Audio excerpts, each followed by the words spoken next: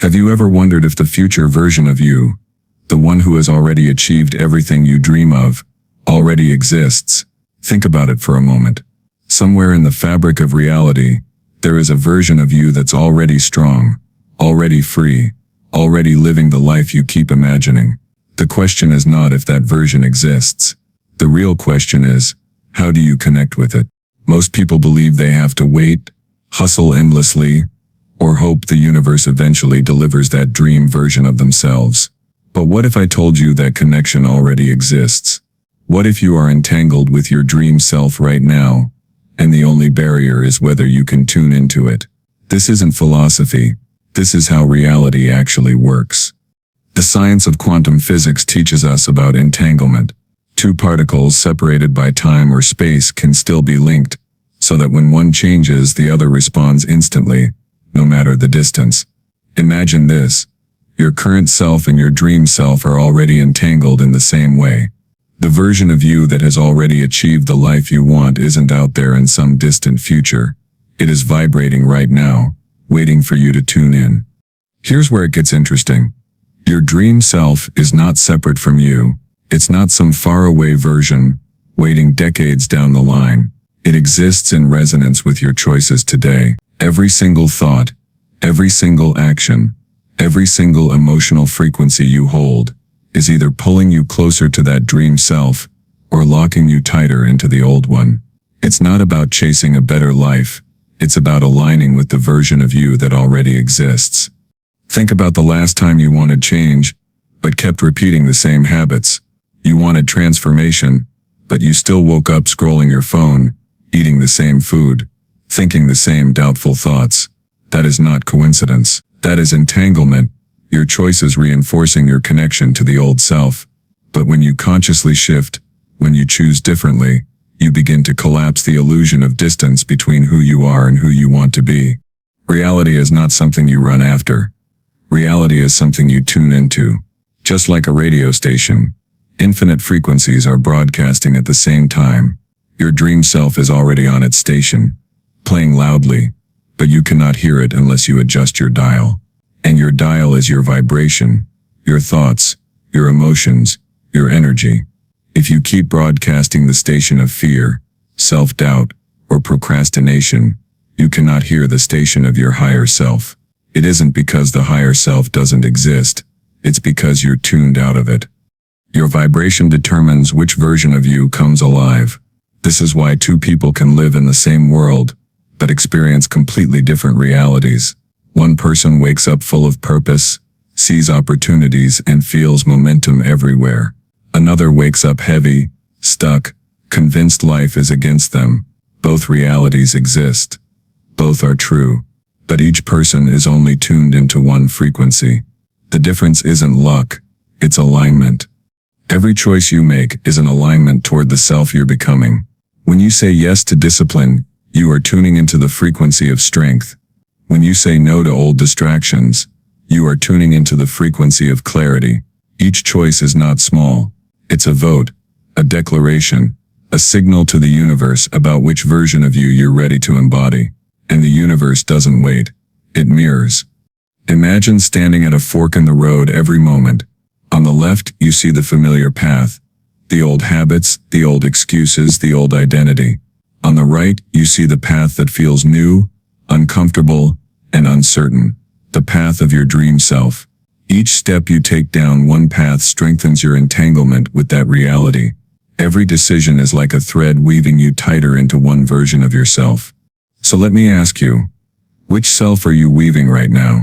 Are your actions today strengthening your bond with your highest self? Or are they feeding the old patterns that keep you stuck? This is not about willpower alone. It's about awareness. Once you realize entanglement is already in place, you stop chasing and start choosing. The illusion we've been taught is that we have to grind endlessly, wait years, or beg for the universe to finally deliver transformation. But transformation doesn't happen in the future. Transformation happens the moment you align with it. When you shift your vibration, when you choose differently, when you act in harmony with the dream self, you collapse the gap. You and your dream self are not separate anymore. This is why so many people feel like they're on the edge of change, but never fully cross. They've felt glimpses of their higher self, maybe in moments of deep focus, in times of courage, or in rare instances when they surprised themselves with what they were capable of. But then the old vibration pulls them back. It's not because the dream self disappeared, it's because they stopped tuning in. Here's the truth. Entanglement collapses the illusion of distance. The gap between you and your dream self isn't real. What's real is the frequency you hold right now. If you shift it, everything shifts with you. You don't chase success, you embody it. You don't chase discipline, you live it. You don't chase freedom, you align with it until it becomes your baseline reality. So the first step in this journey is to understand this connection. Your dream self is not waiting to be created. It is waiting to be chosen. And choosing doesn't mean wishing. Choosing means aligning every thought, every feeling, and every action with that higher frequency. It means realizing that every moment you live is either keeping the dream self at a distance or collapsing that distance into the now. The bridge to your dream self has always been inside you. It is built with your decisions, fueled by your emotions, and directed by your thoughts. When you realize this, you stop asking, "When will my dream self arrive?" And you start asking, "What frequency am I choosing right now?"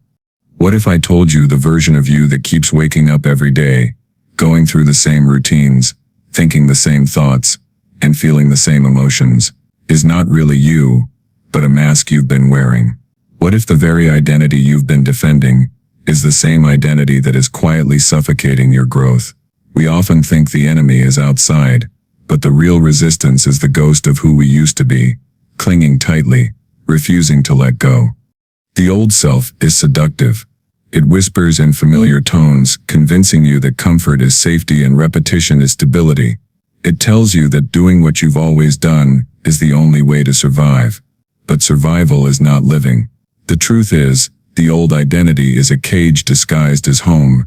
You decorate it with habits, with stories, with excuses, until you forget you are locked inside.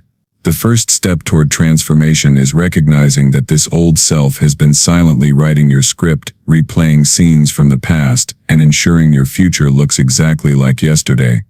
This is why cycles repeat, why the same relationships end the same way, why opportunities slip through your hands again and again. The old self has trained your nervous system to live in predictability. It thrives on keeping you in what's known, even if what's known is pain. It is not the pain that destroys you, but the familiarity of it, because what is familiar feels safe, even when it is killing your spirit. To shift realities, you must die before you live, not a physical death, but the symbolic death of that false identity. Imagine shedding a skin that no longer fits, breaking free of armor that once protected you but now suffocates you. The death of the old self is not optional. It is the initiation every dreamer must face. Without it, you can learn techniques, repeat affirmations, visualize success, but you will always be dragged back into the orbit of who you were. And make no mistake, this death does not come gently. The old self does not surrender without a fight. It will rise up in the form of fear, whispering that you are not ready. It will appear as doubt, making you question if you deserve more. It will surface as procrastination, as distraction, as sudden fatigue, anything to keep you locked in its grasp. The voice of the old self is insidious because it sounds exactly like you. But it is not you. It is the echo of a program built long ago. The fear you feel when stepping toward a higher version of yourself is not evidence that you are wrong. It is evidence that the old self is panicking. It knows it is about to lose control. And here lies the paradox. The louder the resistance, the closer you are to the breakthrough. The old identity resists most violently at the moment of its death, because it senses you no longer need it. But how do you let it die? You start by noticing its patterns. You become a witness to the thoughts that recycle, to the excuses that appear automatically, to the emotions that flare up when you take even the smallest step toward change. You begin to see the old self as a character in a story, predictable, limited, bound by past experiences. The moment you see it as separate from your true self, its power begins to weaken. Then comes the act of release.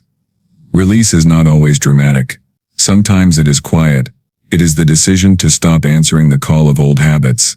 It is the refusal to engage with the same arguments, the same distractions, the same comforts. Each time you choose differently, the old self loses oxygen. Starved of attention, it begins to wither. But it will test you. It will knock on the door of your mind, tempting you with the familiarity of old feelings. You must remember, just because it knocks, doesn't mean you have to let it in. The deeper challenge is that, letting the old self die often feels like betrayal. You may feel as though you are abandoning who you've been, even betraying the people who expect you to remain the same. Friends, family, and even society may reinforce the old identity, because your transformation threatens their comfort too. This is why death of the old self requires courage. You are not just releasing a version of you, you are releasing the world that once validated it. Loss is inevitable in this process. The loss of certain relationships, of familiar environments, of roles that once defined you. But what feels like loss is truly liberation. You are not losing yourself. You are losing the false self, the one built from fear, from conditioning, from limitation. And in its place, a new self emerges, one that has been waiting, hidden beneath layers of repetition. The old self thrives on attachment. It clings to old stories. I've always been this way. This is just who I am. People like me don't change. These are not truths. They are scripts written long ago, replayed until you confuse them for identity. The moment you challenge these stories, the moment you question their validity, you begin the unraveling. The threads of the old self loosen, making room for a new pattern to be woven. This unraveling is not always comfortable. It can feel like losing control, like stepping into chaos. But chaos is the space of creation. Imagine a caterpillar dissolving inside its cocoon. To the caterpillar, it must feel like the end, complete disintegration. But what emerges from that death is transformation. The butterfly cannot exist without the death of the caterpillar. Likewise, your dream self cannot exist without the death of your old identity. Every spiritual teaching, every hero's journey, every breakthrough story carries this truth. Death precedes rebirth. The phoenix must burn before it rises. The seed must crack before it sprouts. The night must come before the dawn. And so it is with you. The death of your old self is not a tragedy. It is the doorway to everything you desire. Yet many avoid this death. They cling to the known, choosing familiarity over freedom. They want the new life, but refuse to release the old one. They stand at the threshold, peeking at the dream reality, but never step through because they fear what must be left behind. This is why so few truly transform. The price of evolution is always the same, the death of who you were. The initiation is here. The old self is knocking, whispering, pulling, demanding to survive. But you are beginning to see through it. You are beginning to sense the truth, that you are not the voice of fear, not the story of the past, not the cage disguised as safety.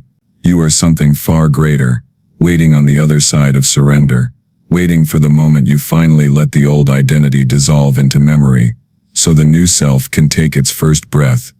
You stand at the crossroads every single day, though most people don't even realize it. It's not some grand decision carved in stone, or a life-altering contract you sign once in your lifetime. No, it's far more subtle, far more frequent, and far more powerful than that. Every thought, every action, every habit is a fork in the road where you must decide, do I honor the old self, or do I step into the new?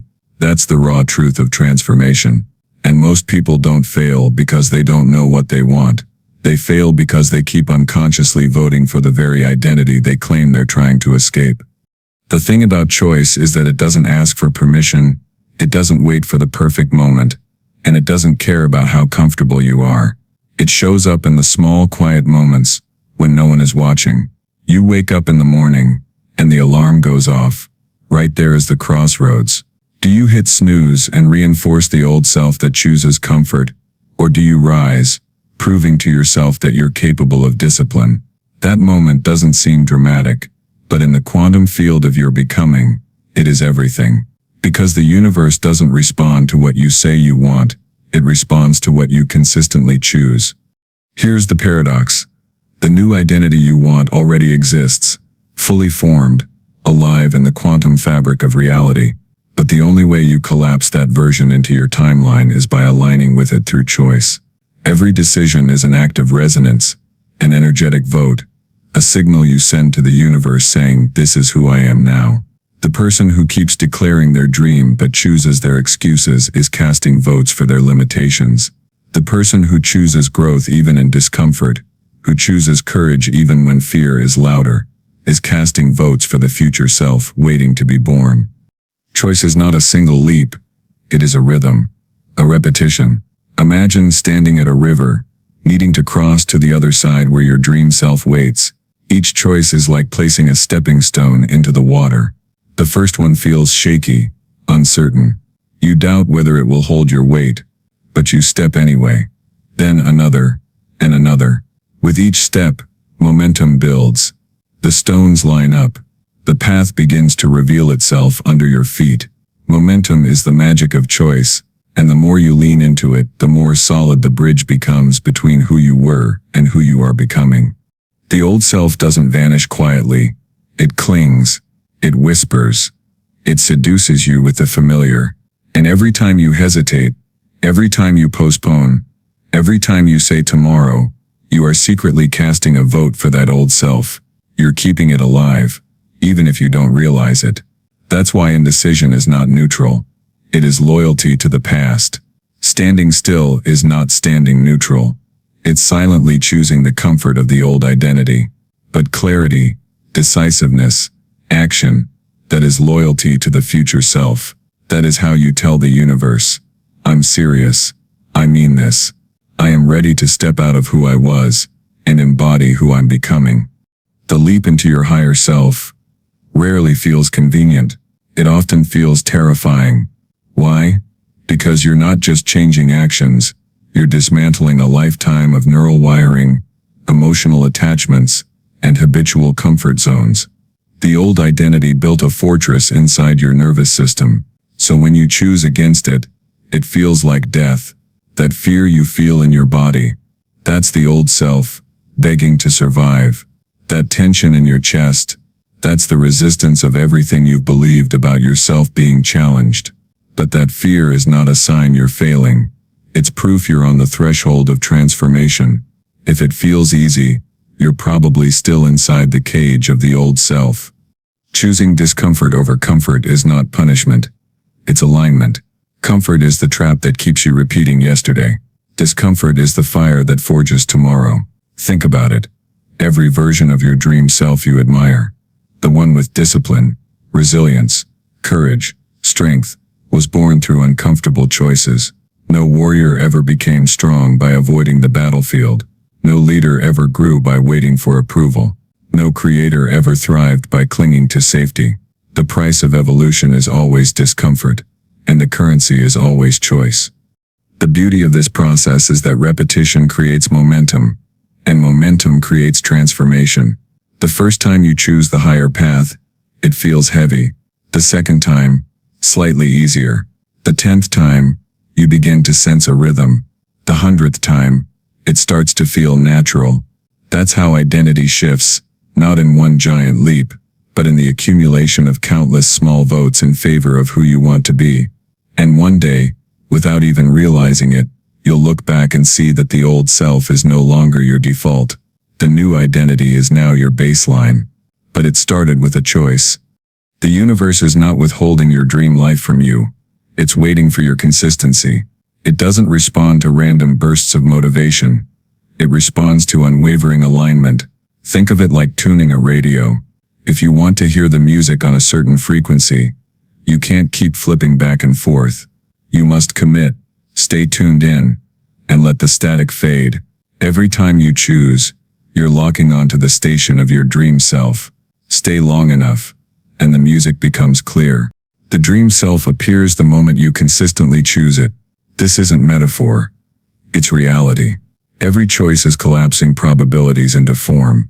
The moment you decide to act, the universe reorganizes around that decision. It begins to send signals, opportunities, synchronicities that mirror your choice. That's why you'll notice that when you truly commit, things begin to line up. People show up, ideas flow, energy rises. It's not coincidence. It's the mirror effect of choice. The universe does not reward the hesitant. It amplifies the decisive. And so, choice becomes the ultimate act of creation. You are sculpting your life with every decision you make. You are casting votes in the election of your identity. Every yes to growth builds the structure of the future self. Every no to excuses dismantles the walls of the past. And in that sacred repetition, in that relentless loyalty to your future, you transform not by wishing, not by hoping, but by choosing. You've heard it said before, change your mind, change your life. But the truth runs deeper than that. It's not just about changing thoughts, it's about shifting the very frequency of your identity. The process of shifting into your higher self isn't mystical, it's methodical. And it begins with one word, awareness. Without awareness, you repeat cycles on autopilot, serving the ghost of who you used to be. With awareness, you begin to interrupt those patterns, like catching yourself mid-sentence, and realizing, wait, that's not the voice of my new self. That's the echo of my old self trying to sneak back in. The first step is to witness. Witnessing isn't judgment, and it isn't resistance. It's seeing the old self as it plays out, like a film you've watched too many times. Most people think the old self disappears when you fight it, but resistance only gives it more energy. Instead, you must step into the observer's chair. When anger rises, when fear tries to paralyze you, when doubt whispers that you're not enough, you watch, you notice. You don't immediately attach meaning. In this observation, a gap opens between who you've been and who you're becoming, and in that gap is power. Think of it this way. The old self is like a radio frequency, broadcasting familiar signals. Every thought of limitation, every feeling of insecurity, every habit that drags you back into mediocrity, they're part of that broadcast. When you observe instead of reacting, you stop dancing to its rhythm. You begin to tune out the static, and the more you witness, the more you see that these signals don't define you. They're simply echoes of conditioning, old neural pathways firing, because that's what they've always done. But you are not the echo. You are the awareness hearing it. The second step is to sever. Severing is not done with anger or hatred. It is not about cutting yourself off violently from your past. Severing is a quiet refusal. It's the decision to stop feeding the frequency of the old self. Every time you catch yourself in a familiar pattern and choose not to play along, you weaken its hold. Imagine an old fire that has burned for years. Each thought, each emotion, each repeated behavior has been like throwing wood into that fire. Severing means you stop feeding it. You don't throw in more wood. You let it starve. Slowly the flames die. But this starvation process is uncomfortable, because the old self is used to being fed. It screams louder, demanding attention. It tempts you with comfort, with excuses, with the lure of just one more time. This is when most people cave. They think discomfort is a sign they're failing. But the opposite is true. Discomfort is proof that you're withdrawing your energy from the old patterns. The louder the old self screams, the closer you are to freedom. Severing requires patience. It requires discipline. It requires the courage to walk past the familiar even when it feels easier to turn back. The third step is to choose. After witnessing and severing, there's a void. The old frequency is fading, but something must replace it. This is where intention becomes your weapon. Choosing means deliberately stepping into the vibration of the self you are becoming. It's not waiting until you feel ready. It's not waiting until you see results. Choosing means embodying the new self even when it feels fake, even when your external world doesn't match. You speak as the new self, you act as the new self, you decide as the new self, not tomorrow. Now, think of identity like a costume. At first, putting on the new costume feels awkward. It doesn't quite fit. It feels stiff. But the more you wear it, the more natural it becomes. Choosing is like putting on that costume every single day, no matter how strange it feels. And here's the paradox. The more you pretend, the less you're pretending, because action reprograms belief. By choosing repeatedly, you rewire the nervous system, teaching your body and brain a new rhythm. Eventually, what once felt artificial becomes automatic. Witness, sever, choose. This triad is the method of shifting, and it is not theoretical. It is practical, repeatable, and unstoppable. When you witness, you shine light on unconscious patterns. When you sever, you starve those patterns of energy. When you choose, you embody the new vibration. Day after day, repetition turns into transformation. And slowly, the old identity crumbles like dust, while the new identity takes root. But let's be clear, shifting is not an instant escape. People crave the quick fix. They want to snap their fingers and suddenly wake up in the dream reality. That desire itself is the voice of the old self, addicted to shortcuts, addicted to the illusion of overnight change. Shifting is not about skipping the process. It is the process. It's not teleportation. It's construction. Each choice lays a brick. Each act of discipline strengthens the foundation. Each moment of alignment adds weight to the reality you are building. And one day, without even realizing it, you look around and notice the landscape has changed. This is why discipline is not punishment. It is liberation. Discipline means you don't negotiate with the old self. You don't say just once more. You don't give in to the whispers that say it's too hard, maybe tomorrow. Discipline is the shield that guards the new timeline, because without it, the gravitational pull of the past drags you back into orbit. With discipline, you remain aligned long enough for the shift to become permanent. The beauty of this method is that it doesn't require perfection. You will slip, you will stumble, you will hear the old frequency, and at times you may even dance to it. But as long as you return to the triad witness, sever, choose, the shift continues. Each return is a reinforcement. Each return is a victory. It's not about never falling. It's about refusing to stay down. When you think of your future self, don't just visualize, embody. Don't just imagine, choose. The difference between those who dream and those who shift is action. Dreamers think. Shifters do. Dreamers wait. Shifters decide. Every single act of choice is a declaration to the universe. This is who I am now, and the universe, like a mirror, responds in kind. Have you ever wondered why stepping into a new version of yourself feels so uncomfortable at first? You decide to change your life, to embody a stronger, wiser, more disciplined version of yourself, and then suddenly everything in your body seems to fight against you. That resistance, that turbulence, that strange sense of unease, it isn't a sign that you're failing. It's a sign that you're recalibrating. When you align with your new identity, your system must adjust. The old vibration has been running the show for years, maybe decades, and the moment you switch frequencies, your body, your nervous system, your emotions all scramble to catch up. Think of it like tuning a radio. For years you've been locked into one channel, the channel of your old self. The music, the static, the rhythm of that channel has become so familiar that it feels normal, even if it's destructive. Now you've turned the dial, and you're reaching for a higher station. At first there's static. The signal cuts in and out. You hear fragments of the new song, but the old noise still bleeds through. That static is recalibration. It's not punishment. It's proof you've moved to a new frequency. Recalibration often comes with discomfort because your nervous system is wired for familiarity. The old self, no matter how limiting, was predictable. Your body knew how to survive in it. When you choose the new self, your system panics because it doesn't yet trust the unknown. That panic shows up as doubt, fear, procrastination, even physical symptoms like fatigue or restlessness.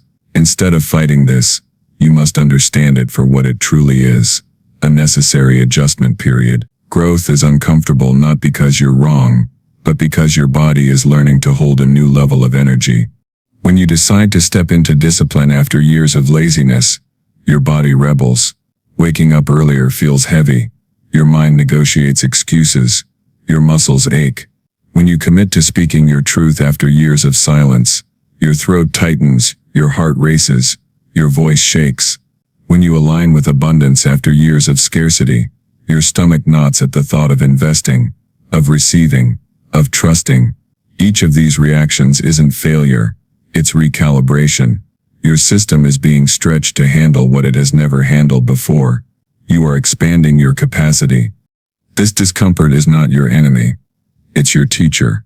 Every wave of emotional turbulence is showing you the gap between the old frequency and the new one. The faster you stop resisting it, the faster you stabilize. Most people quit here. They assume discomfort means wrong path. They retreat back into the old self, because at least it feels familiar. But the ones who understand recalibration know the truth. Discomfort means they're closer than ever. It means the new self is forming, and the old self is losing its grip. Recalibration requires patience, but more than that, it requires trust. You must trust the process. Trust your body. Trust your spirit. When your emotions spike, when you feel like breaking down, instead of running, pause, breathe, remind yourself, this is the storm before the calm. The shaking means the foundation is being rebuilt. Every tremor is proof of a shift. Your nervous system is rewriting itself. What once triggered panic will soon feel normal. What once felt impossible will soon feel natural. The bridge from resistance to embodiment is walked by those who can withstand the storm without retreat. Pretending is part of recalibration. At first, stepping into the new self feels like acting. You might feel like an imposter, like you're lying to yourself, but pretending is not deception. It's practice. When you act as if you are teaching your body and mind a new script, you are programming your subconscious to accept a new default. The first time you stand tall after years of shrinking, it feels fake. The first time you wake up at 5 a.m. after years of snoozing alarms, it feels forced. The first time you declare your worth after years of begging for scraps, it feels unnatural. But repetition turns pretending into embodiment. What feels staged becomes instinct. This is how identity shifts.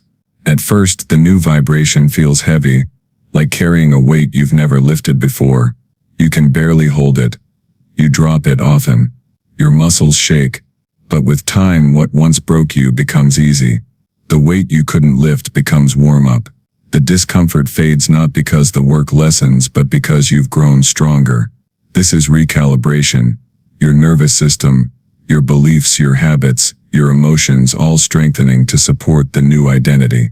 The more you repeat, the more stable the signal becomes. The static fades. The new frequency comes in clear. Emotional turbulence during recalibration is not a sign to stop but a sign to continue. Tears, frustration, even anger. These are releases of the old energy leaving your body. Imagine your system like a container. For years it has been filled with the heavy water of the old self. Now you're pouring in something new, something lighter, something more powerful. The old water must spill out. That spilling often feels chaotic, messy, painful. But once the container is emptied, it can be filled with the pure flow of your higher self. Every breakdown is a clearing. Every crack is making room for more light. Allowing recalibration is an art. Instead of resisting discomfort, you lean into it. Instead of labeling it bad, you recognize it as transition. Just as a caterpillar must dissolve into mush before becoming a butterfly, you must dissolve the structures of the old self before the new one stabilizes. This in-between stage feels unstable, because it is. You're no longer who you were, but not yet who you're becoming. That liminal space is sacred. It is the alchemy of transformation in real time. To master recalibration is to sit calmly in chaos, to know that the storm is carving you into the vessel capable of holding more. Consistency is the anchor of recalibration. When everything feels uncertain, rituals and habits keep you steady. The small acts you repeat every day tell your nervous system, this is who we are now. Even if your emotions resist, your actions reprogram the script. Each time you show up as the new self despite discomfort, you strengthen the wiring. The more you practice, the shorter the recalibration phases become. What once threw you into days of doubt now lasts minutes. What once felt unbearable now feels like a brief signal of growth. The process doesn't get easier because life stops challenging you. It gets easier because you've expanded your ability to hold the challenge. Recalibration is not about perfection, it's about persistence. The turbulence won't vanish overnight, but every wave you endure brings you closer to stability. At first you wobble like a child, learning to walk. Every step is shaky, uncertain, awkward, but with time the steps become steady. Walking becomes natural. Running becomes possible. What once drained you now energizes you. The new self no longer feels like a costume, but like skin. That is the gift of recalibration, not just stepping into the new self, but making it your home. Imagine standing at the threshold of a doorway that does not open into another room, but into another version of yourself. This is where the concept of resonance begins. The invisible frequency you carry that dictates the timeline you inhabit. Resonance is not about wishing, nor is it about repeating words without feeling.